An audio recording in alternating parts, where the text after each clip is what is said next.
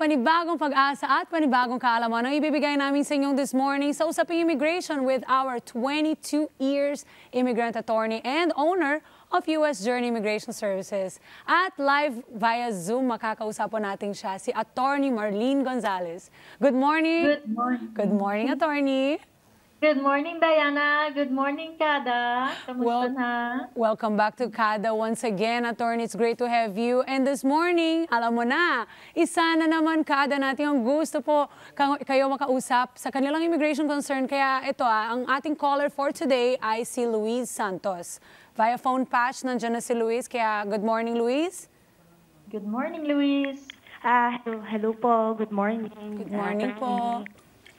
Si Luis po, I think yung concern niya ay para sa anak niya. Am I correct, Luis? Hello po. Yes po.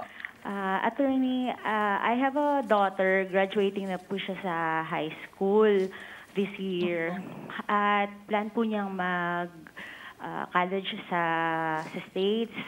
Although meron na po sila ng SAT,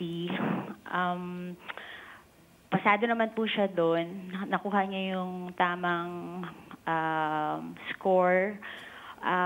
Pero pag as early as now po ba, dapat nang nag-aayos ng... Paano po ba yung sa student visa? We have multiple tourist visa. Okay. So, nag-apply na ba siya sa college dito? Dito po at saka sa abroad. So, kung dito siya mag-school, she has to be, for student visa, she has to be admitted sa school dito. Na enrolled na siya, tapos magbabayad siya ng fee para sa yung student database nila, SEVIS ang tawag.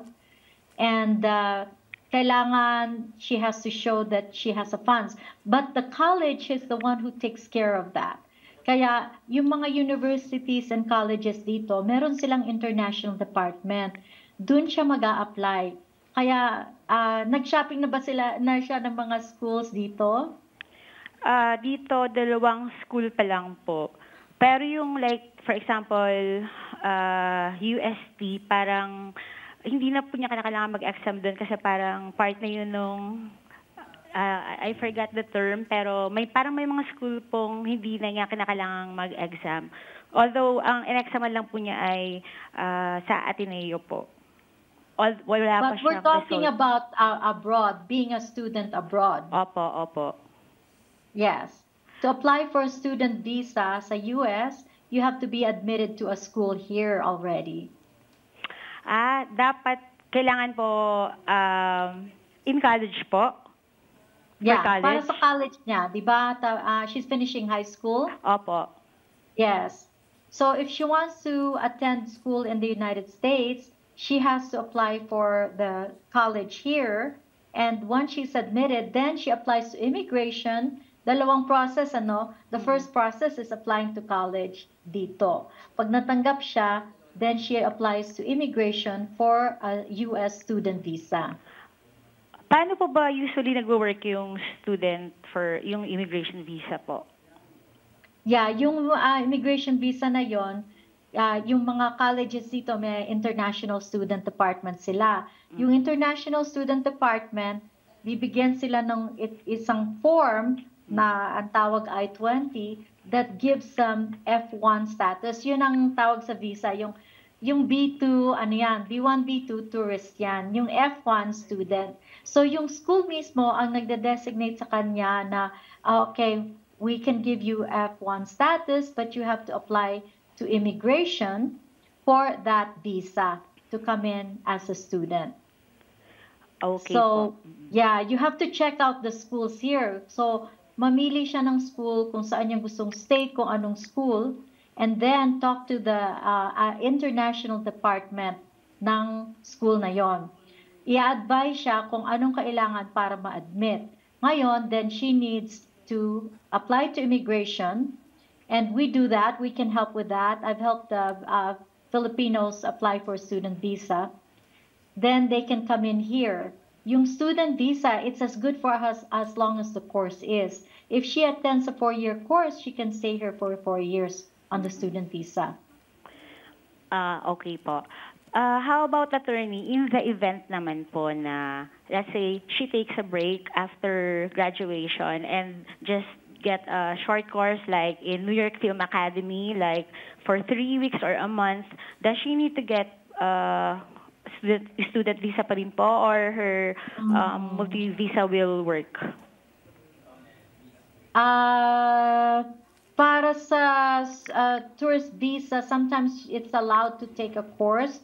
For example, you can take an English class that doesn't violate the status kung temporary course na ganon. So, posible, because she's not necessarily earning money, she's not working, ano. So, I think it's possible depending on the type of course. Pwede rin na i-check sa school. Okay po. Tapos po, babalik po ako doon sa usapan natin kanina. Just in case lang po na siya ay ma-admit abroad for kung ano man pong school. Okay lang, makakapag-working student din po ba siya? Like, for example, sa gabi, pwede siyang magtrabaho sa coffee shop, and then sa araw po, yun, aral din po. Good question. Dito, restricted ang students from working after so much time they can work 20 hours a week, but it has to be on campus. Okay po. On campus, limited. So, usually they can work kasi sometimes may mga restaurants dito, no? Yung mga sa campuses, may mga restaurants. They can work in the restaurant, they can work in an office within the school, pero limited sa 20 hours. Ngayon, pag natapos nila yung course, let's say after 4-year course, they are allowed to work for internship for 1 year. OPT ang tawag, Optional Practical Training, or CPT. Okay. Pwede, but after the course. Okay po. Tapos, attorney, yung, let's say, 4-year course po yung kinuha niya, so pwede siyang every sem break ay umuwi din sa Philippines, ano po, without having... Pwede. Okay po. Pwede. Kailangan niya sabihin sa school parate every time she travels out na I'm leaving. So the school has to know that. Tapos pagbalik niya, she's basically applying for making sure that she's still a student. Pagbalik niya, she still needs to apply for the student visa to come back. Okay po. That would be all po, attorney. Salamat po. Sige. Good luck. Good luck sa anak mo. Thank you po. Apa. Bye-bye. Yan, thank you so much, Luis, for calling us this morning. At sana'y natulungan ka naman namin sa iyong immigration concern. Attorney Marlene, para sa ating mga kada naman na nangangailangan po ng isang U.S. immigration attorney, paano naman po kayo pwede makontak? You can reach me through my website, us-journey.com. us-journey.com. May inquiry box doon. You could give us your information and your question. All right. Thank you very much, Attorney. It's great to have you once again here in Kada Umaga. Okay, now you may have your dinner na kasi nasa US ka pala, nasa lamiging na panahon. Anyway, thank you very much, Attorney. Sa mga may katanungan po or concerns sa usaping immigration, mag-message na lang po kayo sa Facebook page ng Net25 at asahan niyo po na sasagutin po namin ang inyong mga katanungan. Hello mga ka-Net25! This is Diana Menezes, and for more Kada Umaga updates, just click the subscribe button and follow us on Net25 social media pages at Net25 TV and at Net25 Entertainment.